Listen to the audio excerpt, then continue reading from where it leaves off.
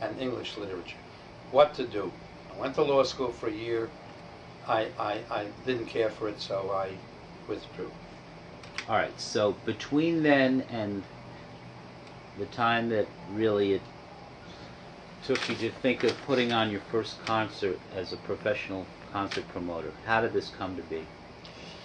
Well, in those days, there was a lot of political activity on the campus, and people got involved with, at that time, Truman had been picked over Henry Wallace, who was the vice president under Franklin Roosevelt. When Roosevelt died, the political bosses thought that Wallace was too radical. He would have been the Secretary of Agriculture. He had a fine,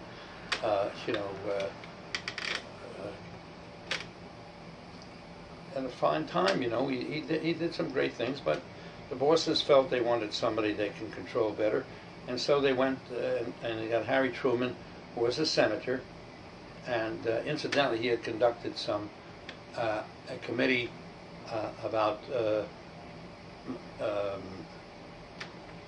businessmen who were known as they made a lot of money on the war, and they were called merchants of death and all that. And he went through. Truman did a good job at his committee, and he got to be known. So the bosses, he was from Missouri, and Judge Prendergast, not judge, maybe he was a judge, he was the boss, and they finally went to the Democratic convention, and Truman was picked to run. Okay, just tell me what you mean by the bosses. I'll tell you what I'm saying. Well, the Democratic Party bosses who had a tremendous influence. Okay. At that time, I was for Henry Wallace, because many of the people in the major cities were more radical, liberal than the usual Democrats. I, believe it or not, was both a member of the Young Progressives and the Democratic Party Club at NYU.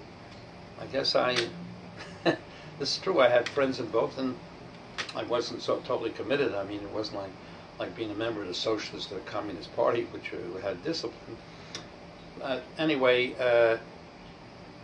in the years following that, in the 40s and 50s, the liberals and the progressive people in the arts and music put on hootenannies. And hootenannies were created, but the hootenannies were, another name was wingdings, were concerts where folk music was sung, and it was composed, originals and non-originals, taking old melodies and putting lyrics to them. And there was a group called the Almanac Singers, and it was Pete Seeger and Woody Guthrie and Cisco Houston and loads of people who became very well known. The Weavers started at that time with Pete Seeger and the others, and their music and other people who were interested in the folk music revival, they put on these hootenannies. It became very popular, and I used to go to them. So I learned a lot of music, a lot of songs. Talk a little bit about the venues where these hootenannies would happen. Well, these hootenannies were basically done in union halls, in community centers. It became a little commercial. The Village Vanguard, which had been started by Max Gordon in '34, which continued into the '40s. What's his name? Burl Ives sang there. Josh White, and they sang in a place like the Vanguard, and maybe in one or two other places that I don't remember.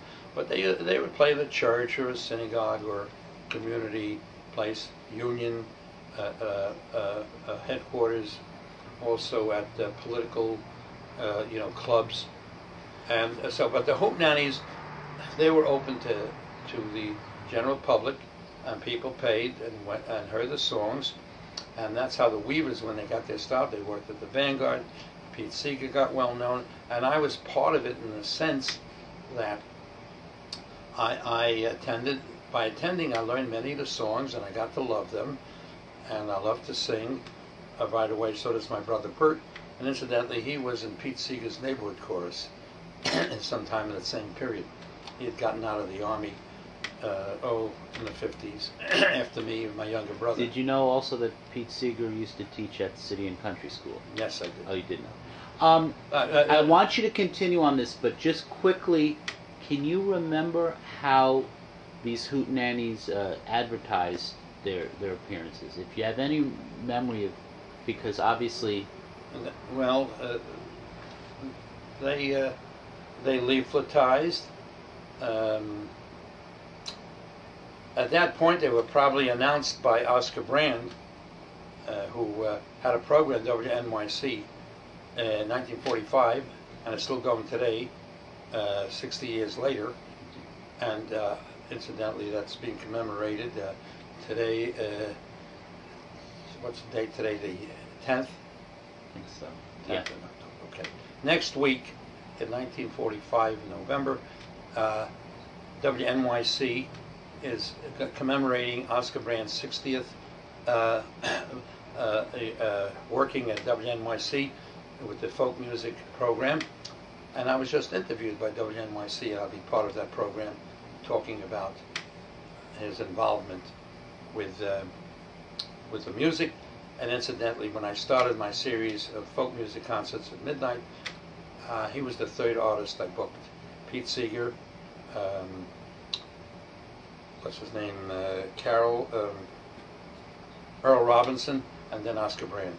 They were on my first series, which started November 5th, 1955. Before that, I put on some concerts, but the first concert I put on, concerts were the midnight concerts at Circle in the Square in 1955. Right, the one right down the street here. That's obviously not It there isn't. anymore. It doesn't exist. But that was the concert. It had 200 seats. No, this is the second place. This moved on Bleecker to Bleecker Street. Oh. It was Circle in the Square, Sheridan Square, and the Circle. It was a theater in the round. Okay, that's 200 seats. That's the concert 20. series I want you to start to talk about, and tell me how you approached the various parties and got it off the ground. Well, I approached various artists and I offered them a place to appear. We didn't pay very much. We didn't make very much, and we did folk artists and then ethnic artists of various sorts: dance artists, Haitian artists, Israeli artists, Arabic music. It was quite a melange, quite a mixture. And that lasted a year or two, and I... did you have a name for the concert series, or did you call it anything? Besides Art to Look Up Presents?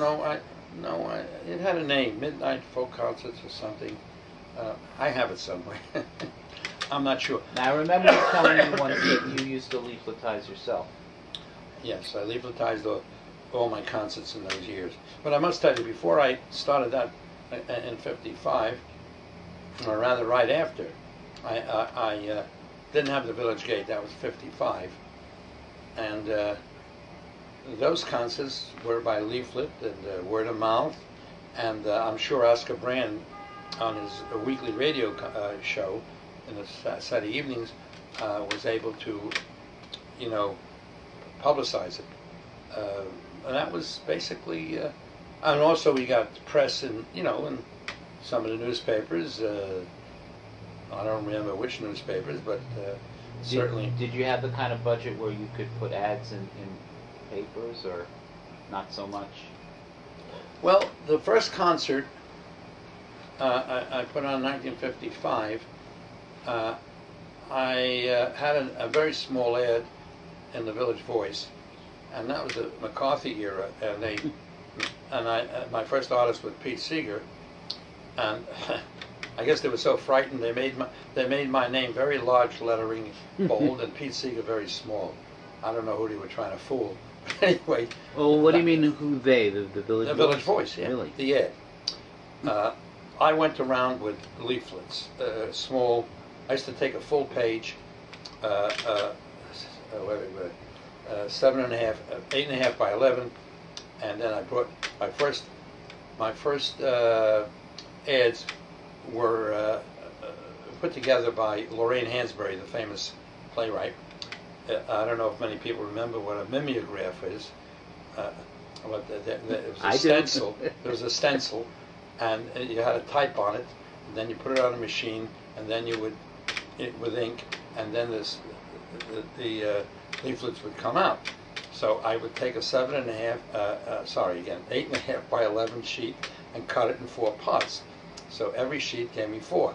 So I made up a couple of thousand leaflets, and I went to all the coffee shops in Greenwich Village. At that time, those were very popular, the coffee houses, coffee shop. That's coffee house. I don't know which one was shop. Coffee houses, which were catering then to a lot of people who were interested in folk music, which was becoming very alive and better known, and that helped out. Now, my first concert with Pete Seeger, we didn't know what would happen. By the way, Mary Travers was on that concert when she was still about 15 or 16 years old, went to Elizabeth Irwin High School, and Joe Mapes, which is another fine folk singer. I guess I was worried whether I had enough talent with Pete Seeger. But anyway, we turned away over 3,000 people. The police department came out, had to keep order. Would you believe all we can get in there was 225 people? It was amazing.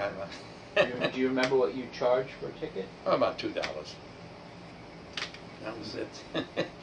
Well, $2 seems like a little, but then it meant something, you know.